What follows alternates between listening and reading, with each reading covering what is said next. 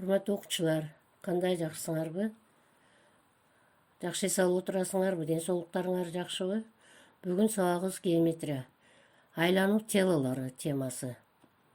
Бардыгыңар китебиңерди алып, 11 главанын 59 параграфы. Дептериңерди алгыла, керектүү жерлерин жазып, чийип алып отурасыңар. Биз бүгүнкү сабакта эмнелерди карайбыз, эмнелерди үйрөнөбүз. Айлануу телосу деген эмне? Аныктайбыз. Кээ бир айлануу телолоруна токтолобуз. Мисалы, цилиндрге аныктама беребиз, элементтерин үйрөнөбүз. Ошондой эле айлануу телосунун дагы бир түрү конуска, кесилген конуска аныктама берип, элементтерин үйрөнөбүз. Жана дагы бир айлануу телосу шар жана сфера аныктама берип, элементтерин үйрөнөбүз. Анан көнүгүүлөрдү иштейбиз.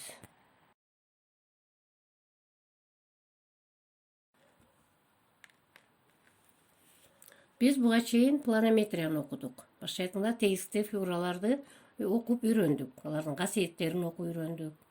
Эми мейкиндиктеги фигураларды окуп үйрөнөбүз.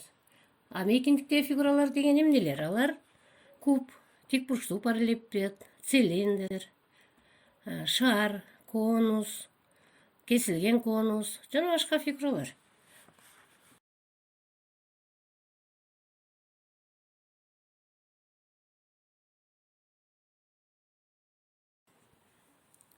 Мейкиндиктеги фигуралар булар телолор деп аталат. Тело деген эмне? Алар мейкиндиктин туюк жана чектелген бөлүгү. Мына силер чиймеде көрүп турасыңар. Мына ушулардын баардыгы мейкиндиктеги фигуралар.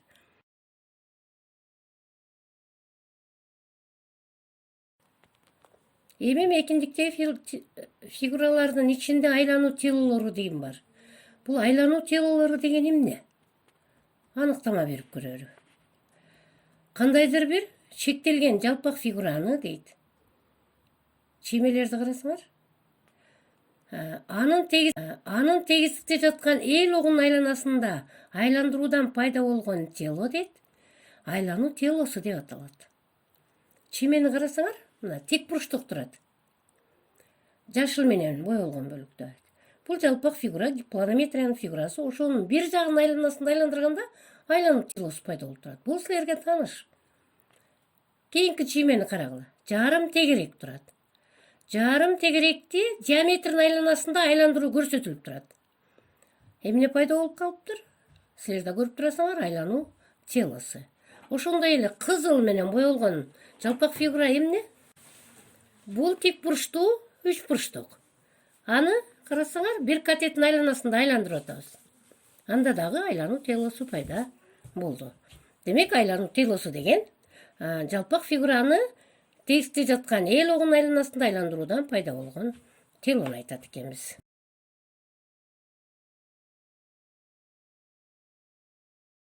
Эми окуучулар, төмөнкү сүрөттөгү жалпак фигураларды көрдүңөр, эл огу турат. Ушул эл огунун айланасында айландыруудан пайда болгон телолорду тапкылачы. Кана. Аны айландырганда кайсы тело пайда болду? Б'ны айландырганда кайсы тело болду?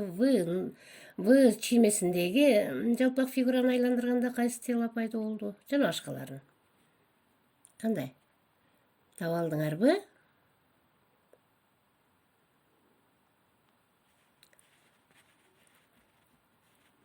Анда карап көрөйүкчү. Аны айландырганда кайсы тело пайда болуптур? Көрүп атасыңарбы? Ушундай фигураны, ушундай телону турмушта кездештирдиңер беле? Экинчи, Б'ны айландырганда пайда болгон телону көрүп атасыңар, Үчүнчү, В'ны айландырганда. В жалпак фигурасы эмнеге окшош экен? Эми айландырганда пайда болгон телону карагыла. Эки эмненин биригүүсү болуп турат. Төртүнчү, Г чиймесиндеги жалпак фигураны айландырганда пайда болгон. Андан кийин Д чиймесиндеги жалпак фигураны айландырууда, же болбосо тик бурчту айландырганда. Андан кийинкиси Э'де жарым тегеректи айландырганда пайда болгон телону карагыла. Шар бекен? Андан кийинки Ж'да кандайдыр бир тетик экен, анан з. Мына булардын баардыгы кандайдыр бир жалпак фигураны анын эл огунун айланасында айландырганыбызда пайда болгон айлануу телолору.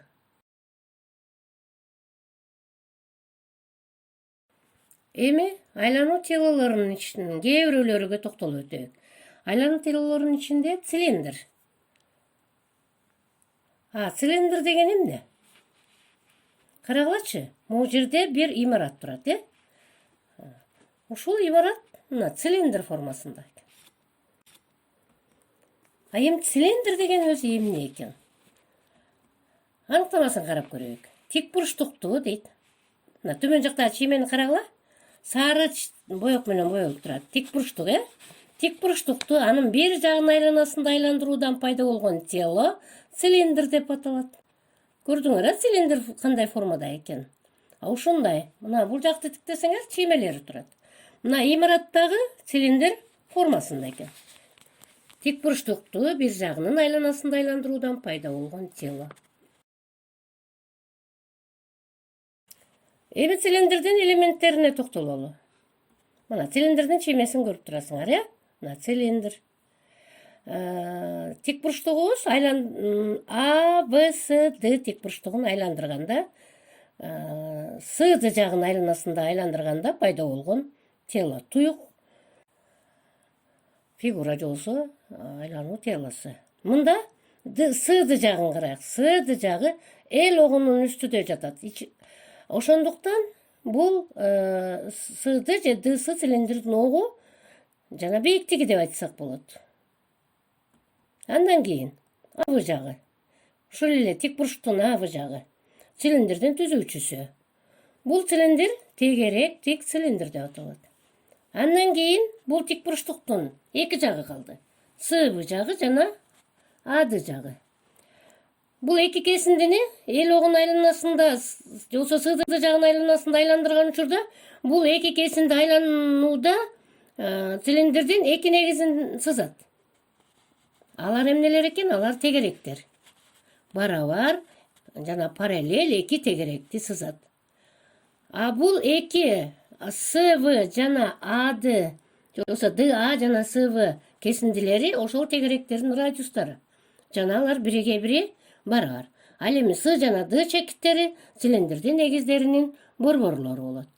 Цилиндрдин негиздеринин радиустары булар цилиндрдин дагы радиусу болуп эсептелет. Алар АД жана ВС.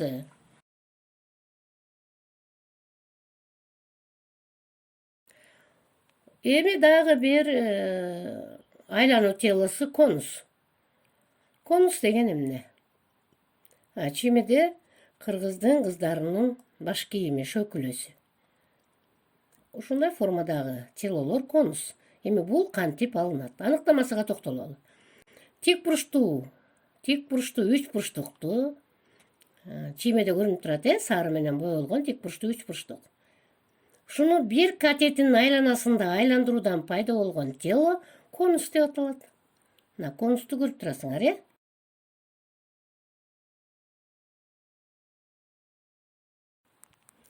Эми конустун элементтерине токтолуп өтөйүк. Конустун чиймесин көрүп турасыңар. Тик бурчтуу үч бурчтук СО, тик бурчтуу үч бурчтугу СО жагынын айланасында айландырганда пайда болгон конус. Мында СО тик бурчтуу үч бурчтуктун катети, ОВ катети, СОнун айланасында айландырганыбыз үчүн бул СО кесиндиси же болбосо катети конустун бийиктиги деп аталат. H тамгасы менен белгиленет. Ал эми СВ тик бурчтуу үч бурчтуктун гипотенузасы бул түзүүчүсү болот. Ал эми ОВ бул конустун негизинин радиусу. Конустун негизи эмне эле? Тегерек, Бул тегеректин радиусу, бул конустун дагы радиусу болуп эсептелет. Эми конус формасындагы ушундай формадагы фигуралар, балдар, силер ойлонуп көргүлө. Бул турмушта, үйдө, буюмдарда мына биз шөкүлөнү көрдүк. Андан башка дагы кандай буюмдарды билесиңер конус формасындагы? Өзүңөр ойлонуп көргүлө. Эми андан кийинки айлануу телосу кесилген конус. Kesilген конус деген эмне? Аныктама берейик. Тек бурчтуу трапецияны чимени карагыла. Мында дагы сары менен боелгон трапеция турат. Бул болгондо да тек бурчтуу трапеция. Ушул тек бурчтуу трапецияны кичине тик капталынын айланасында айландыруудан пайда болгон тело кесилген конус деп аталат. Эмнеге окшош экен? Ушундай фигураларды көрдүңөр беле? Үйүңөрдө барбы? Мына кесилген конус. Анын элементтерин карайык. Аш менен белгиленип турган трапециянын капталы, кичине тик капталы, анын бийиктиги деп аталат. Ал эми экинчи капталы М. Бул анын түзүүчүсү. Ал эми кесилген конуста канча негиз бар экен? 2 негиз бар. Бири чоң негизи, экинчи кичине негизи. Булар тегеректер, 2 тегерек. Кичинекей R бул кичине негизинин радиусу, чоң R чоң негизинин, жолсо чоң тегерегинин радиусу.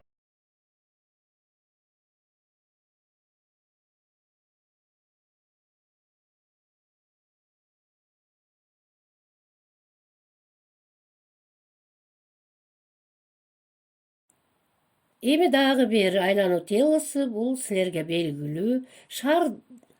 Шар деген эмне? Шар деген эмне? Шар дегенибиз, мына карасаңар, эмнени айландыруудан алынып атат экен? Кайсы жалпак фигураны? Жарым тегеректи. Мына жарым тегерек турат. Борбору. Мына чычкан айландырып атпайбы, карасаңар? Жарым тегеректи эмнесинин айланасында айландырып атат? Диаметринин. Өзүнүн диаметрин айланасында айландыруудан пайда болгон тело шар деп аталат. Борбору ОА жана ОБ анын радиусу R тамгасы менен белгиленип турат. Ал эми АВ бул анын диаметри, ал эми ЭК бул анын хордасы.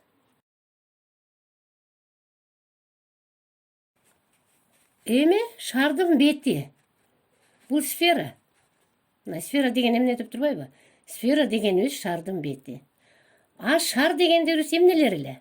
Шар мына жер, өзүбүз жашап аткан жер. Бул өзү шар. Ал эми анын бети сфера. Демек биз эмнеде басып жүрөт экенбиз? Шардын бетиде же болбосо сферада. Демек шарды чектеп турган бет бул сфера деп аталат экен. Дагы бир аныктамасы. Мына чимени карадык мына. Кызыл менен жарым айлананын жаасы турат. Жарым айлананы анын диаметрин айланасында айландырууда болгон тело сфера деп аталат. Чимени карасаңар, О сферанын борбору, R радиусу, радиус деп жазылып турат. Борбор аркылуу өткөн хордасы анын диаметри, каалаганда эки чекти туштурган кесинди анын хордасы. Ал эми ушул сферанын борбору, радиусу, диаметри шардын да борбору, радиусу, диаметри да болот. Эми карагыла, сферага дагы эмнелер мисал боло алат экен? Глобусту баарыбыз күндө эле көрүп жүрөбүз. Мынакей мектепте классыбызда турат глобус. Бул сфера. Дагы эмне? Топто ойноп жүрөсүңөр. Өзүңөр да ойлонуп көрсөңөр болот. Сфера деген бул шардын бети болсо, анда анын ичи кандайча болот? Көңдөй болот, А шар бул жер. Эң чоң мисалы. Андан башка дагы өзүңөр үйдөн, жаратылыштан мисалдарды издеп көрсөңөр болот. Эми шарды тегиздик менен кессек, кандай фигура пайда болот дейт. Жоксо шардын тегиздик менен кесилиши. Мына шарлар турат бир нече. Эмне пайда болот экен тегиздик менен кессек? Силерге көрүнүп турат да. Эмне пайда болот экен? Тегерек болот экен, эми шардын борбору аркылуу өткөн тегиздик менен кессек, мында пайда болгон тегеректи биз чоң тегерек дейбиз. Ушул чоң тегеректин чеги чоң айлана болот. Бул чоң айлана деген эмне? Бул сферанын тегиздик менен кесилиши болот. Глобусту билесиңер. Глобуста көрүнүп турган экватор сызыгы эсиңиздеби? Бул ошол чоң айланага мисал боло алат. Мына чимеде карап койсоңор, мына экватор деп жазылып турат.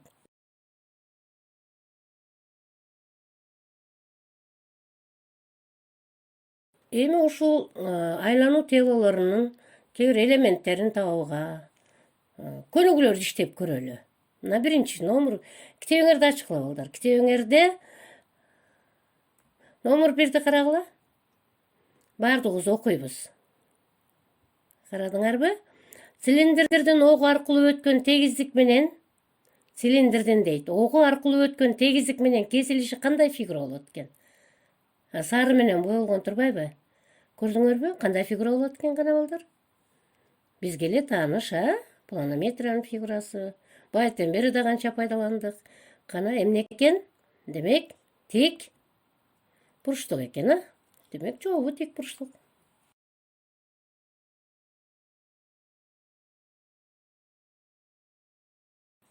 Эми номер 4-чү көнүгү.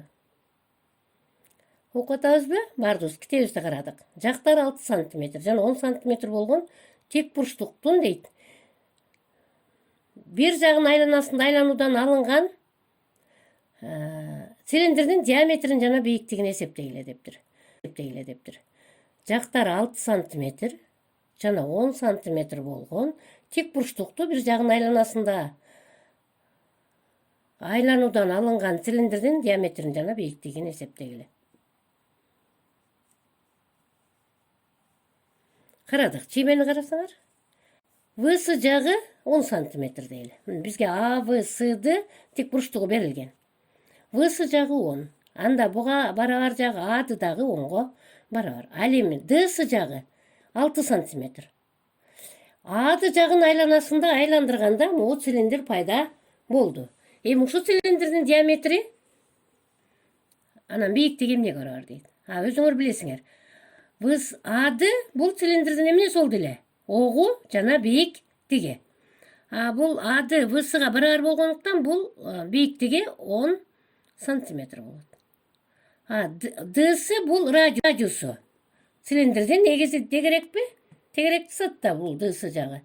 Бул радиусу. Диаметри канча радиуска барабар эле? 2 радиуска барабар. Ошондуктан ДС 6 сантиметрге 6 сантиметрди кошсок, же болбосо 2ге көчүп койсоңор да болот. Бул 12 сантиметр. Демек, диаметри 12, бийиктиги 10 сантиметр болду.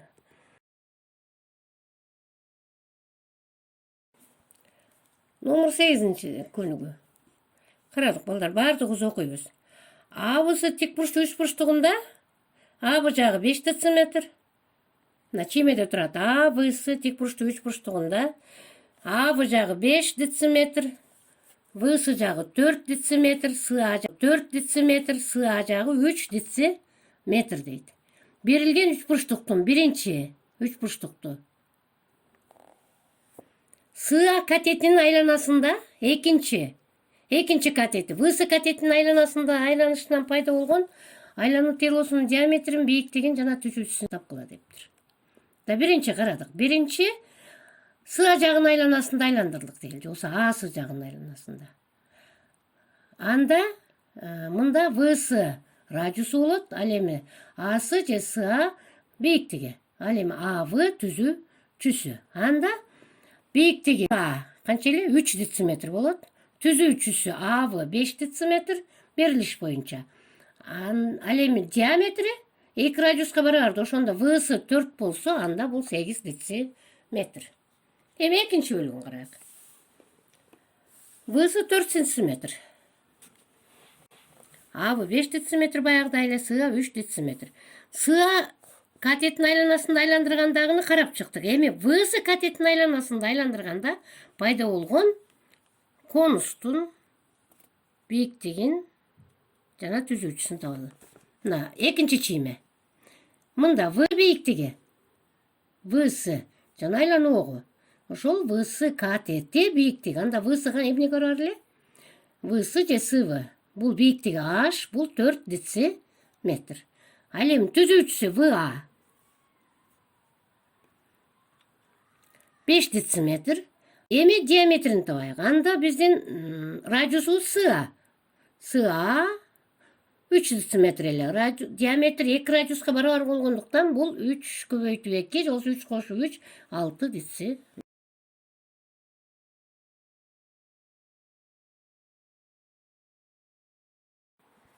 Номер 9-чу көнүгүдү карайык. Бийиктиги 16 см, радиусу 12 см конус конус бийиктигинин тең ортосу аркылуу өтүп негизине параллель болгон тегиздик менен кесилген. Кесилгенден кийин пайда болгон кесилген конустун негиздеринин радиустарын жана бийиктигин тапкыла дейт. Мына чиймени карасаңар. Тең бийиктигинин тең ортосунан альфа тегиздиги менен кесилип турат. Ушул жерде кесилген конус пайда болуп турат, көрдүңөр, Ушул кесилген конустун радиустарын, негиздеринин радиустарынан бийиктигин табабыз. Карагыла. Биринчи, конустун бийиктиги, өзү конустун бийиктиги 16 сантиметр. Бул АО. Ал эми радиусу ОВ. Бул R 12 сантиметр. Эми карасаңар, биз мынабы үч бурчтукту карайбыз. АОВ үч бурчтугуну. АОВ үч бурчтугунда ОН ушул үч бурчтуктун орто сызыгы. Анткени жагынын тең ортосу аркылуу өтүп атат да. Үч бурчтуктун орто сызыгы эмнеге барар эле? Үч бурчтуктун орто сызыгы негизине параллель жана анын жарымына барабар. Ошондуктан R бул O1N барабар OV бөлүнгөн. Ал эми OV радиусу 12 болчу, 12-ни 2-ге бөлсөк 6 сантиметр. Демек, ал эми экинчи негизинин, кесилген конустун экинчи негизинин радиусу бул OV өзү. Бул R барабар 12 сантиметр. Демек, эки негизинин радиустарын таптык кесилген конустун.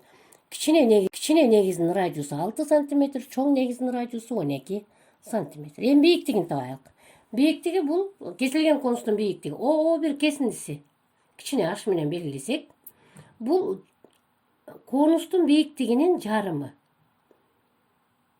Анда 16 конустун бийиктиги 16 сантиметр эле да.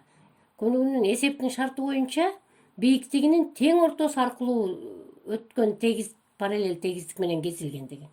Негизине параллель тегиздик менен. Демек,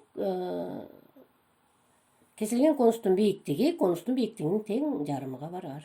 Анда бул бөлүнгөн 2 8 сантиметр. Биз керектүүлөрүн таптык. Демек, кесилген конустун бийиктиги 8 сантиметр экен. Чоң негизинин радиусу 12 сантиметр, кичине негизинин радиусу 6.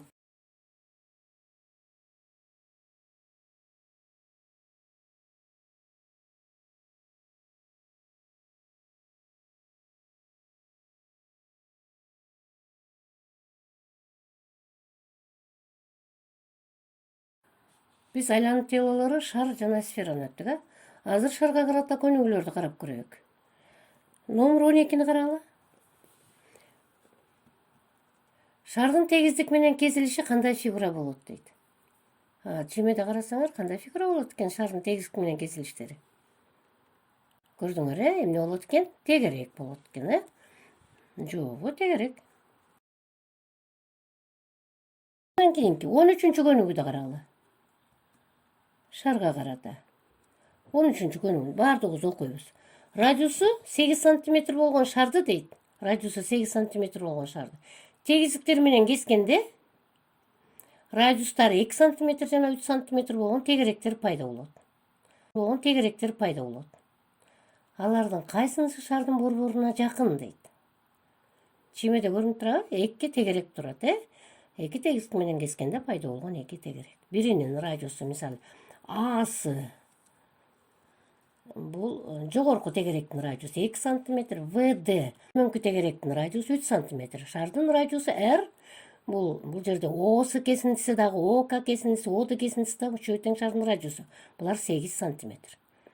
Эми биз кайсынысы эки тегеректин кайсынысы шардын борборуна жакын экенин табыш үчүн тегеректердин борборунан шардын борборуна чейинки аралыктарды аныктайбыз. Ал үчүн биринчи үч бурчтук ВО'ду үч бурчтугун карайбыз. ВО'ду үч бурчтугунда ВО кесиндиси экинчи мына тегеректен борбору В'дан шардын борборуна чейинки аралык.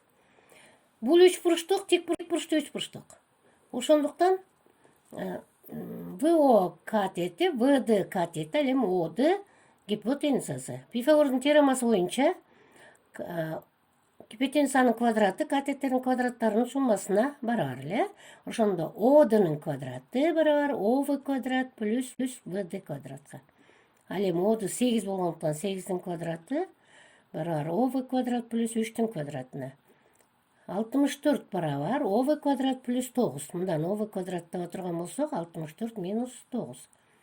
Демек овнун квадраты 55. Эки жагынан тең тамыр чыгарсак ову барабар тамыр астында 55 экен. Эми кайсы аралык табам? О аралыгын табабыз. Мына экинчи тегерекке чейинки аралык кандай? Анда үч бурчтук АОСны карайбыз. Бул тик бурчтуу үч бурчтук. Жагдай эле бул жерде дагы Пифагордун теоремасын пайдалансак болот. АО менен АС бул катеттери, ал эми ОС гипотенузасы. Гипотенузанын квадраты, Осунун квадраты, катеттердин квадраттарынын суммасына барабар. ОАнын квадраты плюс АСынын квадраты. Ос бул шарттын радиусы болгондуктан 8, 8дин квадраты барабар ОАнын квадраты плюс 2нин квадратына. 64 барабар ОА квадрат плюс 4. ОА квадрат барабар 64 минус 4. Демек ОАнын квадраты барабар 60. Мындан ОА аралыгы тамыр асты 60 болду. Тамыр чыгарсак. Эми экөөнүн салыштырабыз. Кайсы аралык чоң, кайсынысы узагыраак, кайсынысы жакыныраак экен? ОВ аралыгы менен ОА аралыгын салыштыргыла. ОВ аралыгы тамыр асты 55, ОА аралыгы тамыр асты 60. Кайсынысы кичине? Тамыр астында 55. Бул кайсы аралык эле? Радиусу канча болгон тегерекке чейинки аралык? Бул радиусу 3 см болгон тегерекке чейинки аралык. Демек, радиусу 3 см болгон тегерек шардын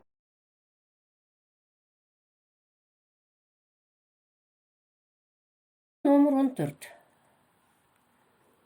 Баарыбыз окуйбуз. Шардын радиусу 10 дециметр болсо дейт, анын чоң тегерегинин айланасынын узундугун тапкыла дептир. Мына чоң тегерек көрүнүп турат. Радиусу R. Бул 10 дециметр. Чоң айланасынын узундугу баягы эмне дедик эле, экватор дедик, жер болгон учурда. Ушул чоң айлананын узундугу, айлана табабыз. Айлананын узундугу эмнеге барабар эле? Формуласы С 2 пи R'ге барабар. Демек Сны табыш үчүн эмнелер керек экен? Пи жана R.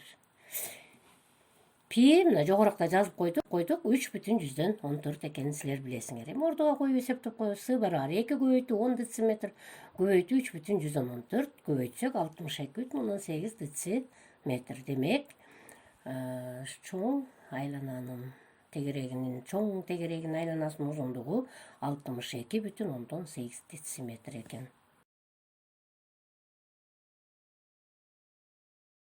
Эми урматтуу окуучулар, тапшырма силерге. Цилиндрге карата номер 2 менен номер 3-тү аткарасыңар.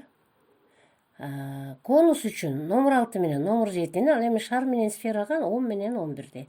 Бардыгын окуп чыгып, айтылган суроолорго жооп берип коесуңар. Көңүл бурганыңарга чоң рахмат балдар. Кайрадан көрүшкөнчө жакшы калгыла. Тапшырмаларды чыгарып мага жөнөтүп койгула.